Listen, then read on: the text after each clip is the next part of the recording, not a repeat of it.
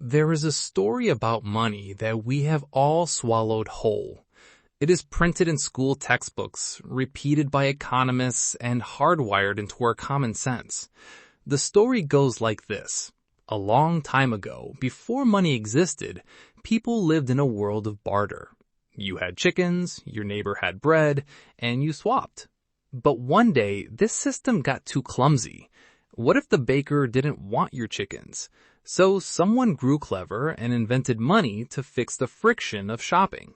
It is a beautiful, logical story. The only problem is it's a complete lie. For the last century, anthropologists have searched every corner of this planet for a single historical society that actually ran on pure barter. They've checked remote tribes, ancient ruins, and isolated islands. They've never found one. The barter economy that supposedly gave birth to modern money is nothing but an academic myth. Money did not start with barter. It started with debt. Picture a small village 10,000 years ago. You help your neighbor fix his roof after a storm. He does not hand you a chicken on the spot. Instead, he just owes you.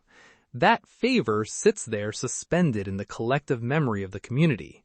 Months later, when your own harvest fails, he hands you grain and the debt is finally settled. That unspoken agreement was the real first money. It was a social record of who owes what to whom. 5,000 years ago, the temples of ancient Mesopotamia were recording these exact debts on clay tablets. Money was never invented to make shopping convenient. It was invented to keep score. And the moment you give an authority the power to keep score, you give them the power to rig the game. As villages grew into massive cities, that web of memory became too heavy to hold in anyone's head. Humans needed a physical stand-in. We tried cattle, salt, and cowrie shells. The first real coinage arrived around 600 BC in the wealthy kingdom of Lydia. Lydian kings melted gold and silver, fixed the weight, and stamped it with the royal seal. You just had to trust the face stamped onto the metal. But notice what happened quietly beneath the surface. For the first time, money and centralized political power had fused into the exact same object. The Roman Empire turned that fusion into a precise science. The Roman denarius started as nearly 100% pure silver, but running an empire is expensive.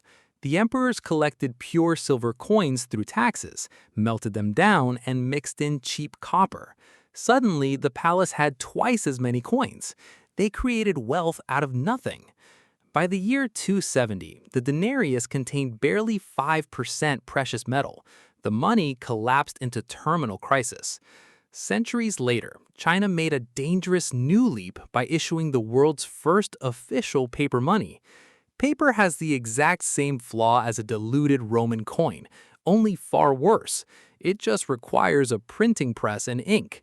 The government printed and printed until the paper money lost all its purchasing power.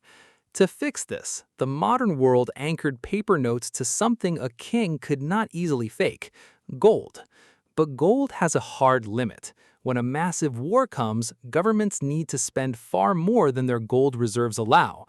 During World War I, countries suspended the rules, cut the anchor, and printed what they needed. Germany showed what happens next.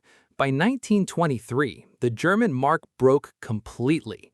Prices doubled every couple of days.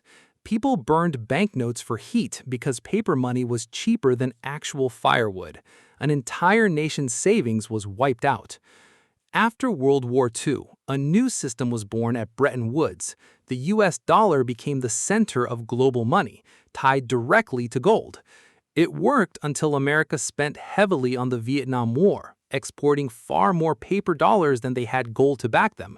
On August 15, 1971, President Richard Nixon shocked the world by ending the dollar's exchange for physical gold.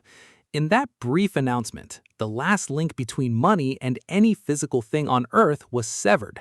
We arrived at pure fiat money. Fiat money has value solely because the government says it does. Since then, the US dollar has lost over 80% of its purchasing power. This is the hidden tax of the fiat system, a slow, invisible leak that drains your hard work while you sleep. And now, the matrix is shifting once again, from physical tokens to absolute digital surveillance. The next form of money won't just track what you spend, it will track who you are. Every transaction you make, every choice you make, will live forever inside a centralized ledger controlled by the state. They will have the power to approve your purchases or freeze your access with a single click. Money didn't begin as a tool for freedom. It began as a tool for control, and the matrix is finally ready to close its gates. The question is, when the trap snaps shut, where will you be standing?